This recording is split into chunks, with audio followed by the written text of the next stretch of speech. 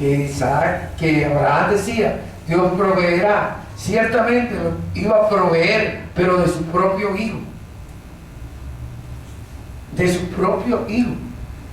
Pero esa transgresión iba a tener consecuencias.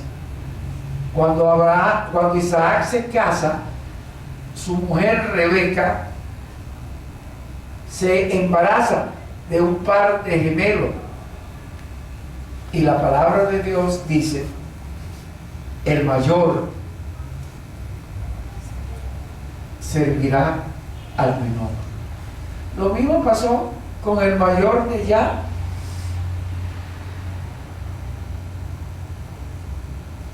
Porque el mayor de Agar iba a servir al menor de Sara. Ismael, que era el primogénito de Abraham, iba a servir a Isaac, que era el hijo de la promesa, enseñado por Dios. Pero no solamente se quedaron allí las alianzas que Dios no quiere en un hogar. Un hogar tiene que ser monolítico para que los hijos puedan ser de Dios. Por eso Dios manda, no se casen en yugo desiguales. El yugo del Señor es el amor ágape de Dios. El yugo de Dios para con los hombres es amarnos los unos a los otros. Es amar como Dios nos amó, que se entregó por nosotros. Es el amor ágape de Dios. Si queremos formar familia para Dios, eso tiene que estar en una casa. Tiene que estar fomentado el amor ágape de Dios. En una casa no pueden haber bandos. Dios no tiene acepción de personas. Todos los hijos deben ser amados por igual. Y los hijos tienen que ver el amor ágape entre papá y mamá. No es mamá abrazando al hijo, ni papá abrazando al hijo, formando bandos. No. Es mamá y papá abrazándose, dando un modelo, guiando lo que es amor. Sujetándose los unos a los otros por el amor a Dios. Dice la palabra que la mujer debe sujetarse al marido por amor a Dios, porque Dios dio la orden que ella debe sujetarse al marido, pero al marido le da dando la orden que él debe ser cabeza, que significa proveer, cuidar, guiar, dirigir y hasta dar su vida por ella. Pero advierte, más clarifica cuando dice sujétense los unos a los otros. No es la mujer al marido, sino también el marido a la mujer. Sujétense los unos a los otros por el amor a Dios. Decía yo en un discipulado en estos días que el amor a Dios se puede entender porque yo tengo que criar esos hijos para Dios, no para mí. Y por amor a Dios yo tengo que sujetarme a mi mujer para que mi mujer vea el amor de sus padres, entre sus padres, y él pueda amar a sus dos padres. Dios no tiene acepción de personas. Esto es importante si estamos criando hijos para el pueblo de Dios. El amor ágape es la característica de todo hogar cristiano. Es tanto, yo no venía a dar esa conferencia de hoy, pero bueno, es importante entender que hemos cambiado la dirección de Dios para seguir la dirección de Adán. Bienes materiales, lo que es bueno para el mundo es lo que yo voy a hacer para que el mundo me vea bien, y lo que es malo para el mundo no lo voy a hacer para que el mundo no me vea mal. Es complacer al mundo y no complacer a Dios. Señores, entiendan lo que les quiero decir.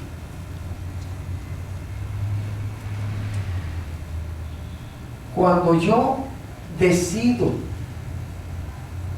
vivir para que el mundo me vea bien y vivir para que el mundo no me vea mal, me olvido que Dios dice, los que se hacen amigos del mundo se hacen enemigos de Dios. Y que Dios dice, los que se hacen amigos de Dios, el mundo lo va a ver como enemigos de Él. Y nos olvidamos que el mundo crucificó a nuestro Señor Jesucristo por malo. Dios venido en carne. El mundo lo crucificó por malo. Y el mundo salvó a Barrabás, un delincuente, ladrón, asesino, por bueno. Lo que el mundo llama bueno no es lo que Dios llama bueno. Lo que el mundo llama malo no es lo que Dios llama malo. Y es tan importante eso, que era lo que le quería leer cuando le hablaba de la permanencia del amor en la carta, primera carta de Corintios, en el capítulo 13. Todo el mundo, cuando habla del capítulo 13, le gusta decir lo que es el amor ágape. Pero nos lo dicen, pero nadie lo hace. Ustedes pueden leerlo en el capítulo 13 de la primera carta de Corintios, a partir del versículo 4 en adelante. Allí está lo que es el amor ágape de Dios. Pero yo no quiero leerle eso. Lo han leído muchas veces. Yo quiero leerle para que entiendan lo que es el fariseísmo, y para que entendiendo lo que es el fariseísmo, entiendan lo que no es el amor ágape de Dios. Lo dice también la primera carta de Corintios, también en el mismo capítulo 13, pero lo dice en los primeros 3 versículos de ese capítulo 13. Dice lo que no es el amor ágape. Dice así, versículo 1: si yo hablase lenguas humanas y angélicas, si yo hablo lengua humana y angélica, es que tengo el don de hablar en lengua. Y si tengo el don de hablar en lengua, o soy cristiano, católico, carismático, o soy cristiano, evangélico, pentecostal. Porque los que hablan en lengua, que yo conozca, son los católicos carismáticos y son los evangélicos pentecostales. Dice aquí, si yo hablase en lengua humana y angélica y no tengo amor, vengo a ser como metal que resuena. Un metal que tropezando con otro da un sonido metálico. O címbalo que retiñe. El címbalo de una campana que la sonamos con mucha frecuencia en la iglesia para avisar que la iglesia está abierta, que vengan. Pero eso no enseña a Cristo. Si no tengo amor, vengo a ser como metal que resuena o címbalo que retiñe. Y si tuviese profecía, quiere decir que soy profeta. Y si soy profeta, o debo ser cristiano, carismático, católico, o debo ser cristiano, evangélico, pentecostal. Si tuviese profecía y entendiese todos los misterios y toda ciencia, entender todos los misterios y toda ciencia significa que tengo el don de ciencia. Y si tengo el don de ciencia, para entender todo misterio y toda ciencia, o soy cristiano, católico, carismático, o soy cristiano, evangélico, pentecostal. Dice aquí, y si tuviese profecía y entendiese todo los misterios y toda ciencia, y si tuviese toda la fe, de tal manera que trasladase montes. Tener fe para trasladar un monte significa hacer milagro. Y si tengo tanta fe como para hacer milagro, sanar enfermos, como Pedro, que caminaba y la sombra de él por donde él pasaba sanaba a los enfermos.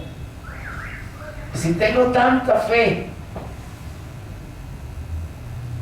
que tengo profecía, tengo don de ciencia y tengo fe que hace milagro y no tengo amor, dice el versículo 2, nada soy. O sea, no me sirve para nada, no voy a ir al reino de Dios. Eso, al leer eso, yo puedo entender el pasaje de las mujeres que tenían la lámpara, que se le acabó el aceite y entonces fueron a buscar aceite y cuando regresan ya el novio había llegado y tocan la puerta y el novio les dice: no la conozco. Ella dice: nosotros predicamos en tu nombre, eran predicadores, y él les dice: no les conozco. Nosotros echamos demonios en tu nombre, hacían milagros, y él les dice: no las conozco. Nosotros sanamos enfermos en tu nombre, no las conozco. Apartados de mí, hacedores de maldad. El que tenga esas virtudes, esos dones, no me dan la condición de salvación. Porque el que hace eso es el Espíritu Santo. No es mi espíritu. Entendamos lo que quiere decir. De tal manera que trasladase a los montes y no tengo amor, nada soy. Y luego dice el versículo 3: y si repartiese todos mis bienes para dar de comer a los pobres, y si entregase mi cuerpo para ser quemado, y no tengo amor, de nada me sirve. No hay trascendencia espiritual. Es una vanagloria que estoy haciendo para que me vean bien la gente del mundo, para que la gente del mundo no me vea mal, pero no da mérito a Dios, porque no hay el amor de Dios, que es fundamental en el ser humano. La palabra de Dios nos enseña claramente que nosotros debemos ser en una dirección de Dios. Nosotros debemos ser imitadores de Dios como hijos amados. La Biblia nos lo dice en el libro de Efesios: sed pues, Efesios capítulo 5 versículos 1 y 2. Dios nos dice: sed pues imitadores de Dios como hijos amados, como Cristo es amado. Cuando Cristo se bautizó, el Espíritu, la voz, se oyó una voz del cielo que decía: este es mi Hijo amado, en quien tengo complacencia. Nosotros debemos ser imitadores de Dios como hijos amados, para que tenga complacencia. Ser pues imitadores de Dios como hijos amados, y andad en amor. Andad en amor, como también Cristo nos amó y se entregó a sí mismo por nosotros, ofrenda y sacrificio a Dios en olor fragante, olor grato para Dios. Es importante lo que acabo de decir: ser imitadores de Dios, ser imitadores de Cristo como hijos amados. Es lo que Él nos pide. El yugo de Dios para el ser humano es el amor ágape de Dios. El yugo de Dios es el amor ágape. Por eso Dios manda: no se casen en yugo desiguales. Porque el matrimonio tiene una intención, la misma intención que tiene Dios al crear al hombre. Cuando Dios crea a Adán, es para tener hijos para él. Cuando aparta a Abraham es para tener hijos del pueblo de Abraham para él. El pueblo de Abraham transgredió, y el primero que salió esclavo de ese pueblo, escogido por Dios, salió esclavo. Señores, oigan lo que voy a decirles. Yo sé que muchos se van a poner bravos conmigo por lo que voy a decir. Bueno, ¿pero qué quieren que haga? El primero que salió esclavo del pueblo de Abraham fue nada más ni nada más menos que José. ¿Qué hizo José o qué no hizo? Yo no soy quien para juzgar a José, ni en lo bueno ni en lo malo, pero fue vendido como esclavo para Egipcio. Preguntémonos por qué. Así era preferido de su papá Jacob, y era tan preferido que Jacob le hizo una túnica de rey, y era tan preferido que él se sintió enorgullecido por esa preferencia. Y después Dios le dio un sueño donde sus hermanos se iban a postrar frente a él, y él en su orgullo se lo dice a sus hermanos, y los hermanos en su envidia lo venden de esclavo. No había amor. Ágape de Jacob para sus otros hijos, y no había amor ágape de José para sus hermanos. Yo le digo eso, y cualquiera piensa que eso se queda allí. No se queda en José. El pueblo de José tuvo 400 años de esclavo en Egipto. 400 años de esclavos en Egipto, hasta cuando Abraham lo sacó de Egipto. Perdón, cuando Moisés lo sacó de Egipto. Señores, 400 años de esclavo en Egipto tuvo el pueblo de Israel, hasta cuando Moisés lo sacó de Egipto. Y cuando Moisés lo sacó de Egipto, él le dijo: Señor, yo no sé ni hablar. Señor, soy torpe de lengua. 40 años después que él huyendo se fue de Egipto, Dios lo manda a rescatar al pueblo. Señor, ¿quién soy yo para hacer eso? Yo no puedo. No sé ni hablar siquiera. No me van a creer. Y Dios nos da un modelo importante.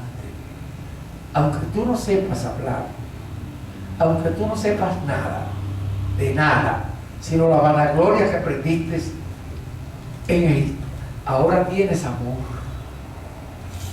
que yo te enseñé aquí, en este destierro. Creo que eran 40 años que estuvo desterrado por ahí, escondido. Ahí aprendió a amar,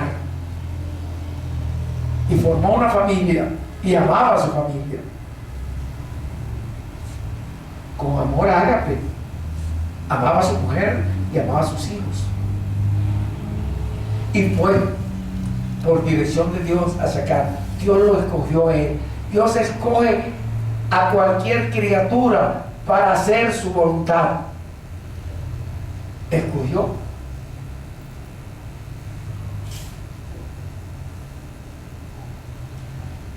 a Moisés, pero eso no se queda allí. Moisés mató a uno defendiendo a otro israelí, pero eso no se queda allí. Vemos lo que hizo Abraham. Abraham también metió embuste.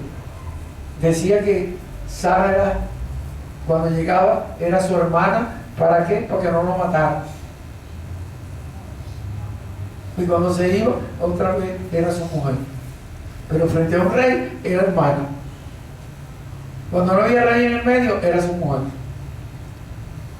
Pero eso mismo hizo Isaac. Isaac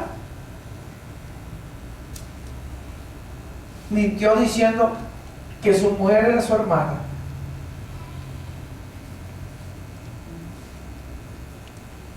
Es importante. Después Jacob hizo bando con sus hijos también, igual que Isaac hizo bando con Esaú.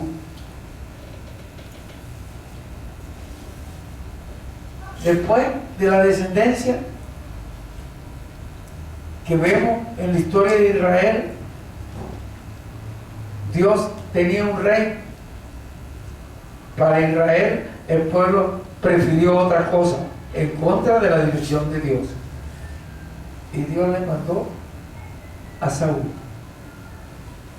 Pero de todos modos, era de la descendencia de David que iba a salir el hijo de la promesa. Pero David, que tenía todas sus situaciones en su cabeza, generacionales. ¿De dónde viene David? El hijo de la promesa. Un hombre, óigame señores, un hombre conforme al corazón de Dios. ¿Por qué la Biblia dice que David era un hombre conforme al corazón de Dios? Porque amó de tal manera que se sujetó a la palabra de Dios. Y Saúl lo persiguió y él fue incapaz de tocar al escogido de Dios. Era conforme al corazón de Dios, pero ¿de dónde venía él? Venía de Ruth, la moabita. No sé si era bisabuelo o tatarabuela de él.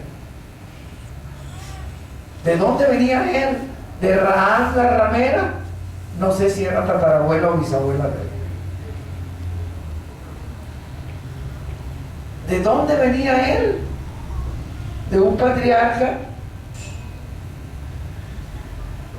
que quiso juzgar a una viuda de sus hijos, y la viuda mostró quién era el papá del hijo, que la tenían a ella, la estaban juzgando por ramera porque estaba embarazada y no era de la familia de los esposos que había tenido.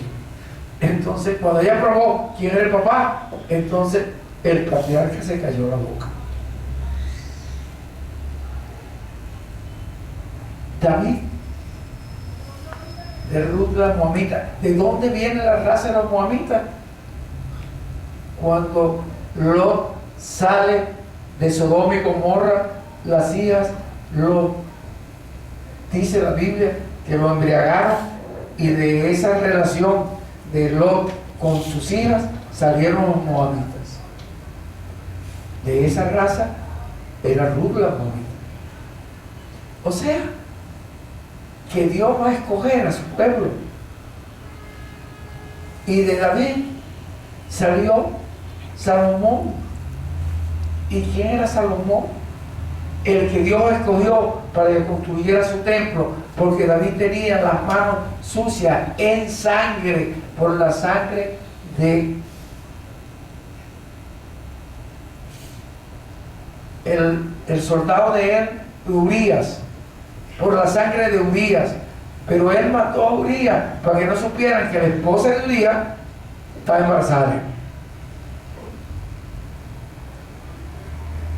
Y por eso él no pudo construir el templo, porque tenía las manos manchadas en sangre.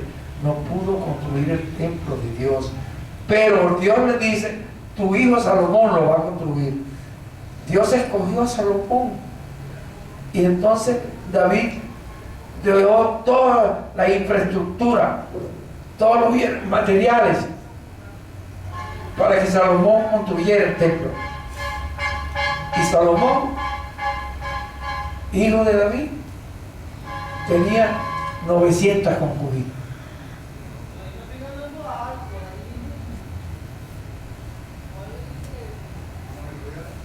¿Está claro? ¿Está claro eso? 900 concubinas. Pero de él salió José. Y José era el padre adoptivo de nuestro Señor Jesucristo. ¿Se dan cuenta que Dios puede usar piedra para ser hijos de Abraham?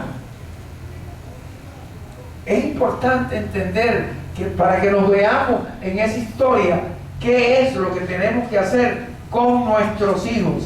Sentirnos bien cuando Dios nos da a nosotros la dirección para formar hijos para Él. Y cuando vamos a formar hijos para Él, deberíamos entender, aquí es donde yo iba a comenzar hoy, deberíamos entender claramente que Dios nos protegió durante 9 meses en el vientre de nuestra madre. Y luego al nacer deja para que mi mamá linda en mes y medio, 45 días, me vaya, se entregue por completo a mí. 45 días, mes y medio. ¿Por qué digo eso? Porque tuvo 9 meses bajo una acción hormonal en donde ella no tenía ningún interés en ninguna otra cosa que no fuera el niño que estaba en su vientre. Ese interés hormonal durante 45 días, mes y medio, era algo parecido al interés hormonal que durante 9 meses ella tuvo sin tener interés en nada de fuera, sino lo que llevaba en el vientre. Ahora le quedan 45 días, ya Dios hizo todo acá, Dios le dio amor ágape a ella. Ella tiene 45 días para dar amor ágape a su hijo. Tiene 45 días. ¿Por qué 45 días? Porque a los 45 días, por acción hormonal, ella madura un óvulo. Y al madurar un óvulo, ya está preparada para otro embarazo. Pero ella, por amor ágape, tiene que saber que ella tiene que mantenerse más tiempo en la protección de ese niño que acaba de parir. Pero la acción hormonal significa, además de que ella ovula, que ella va a tener interés en su marido.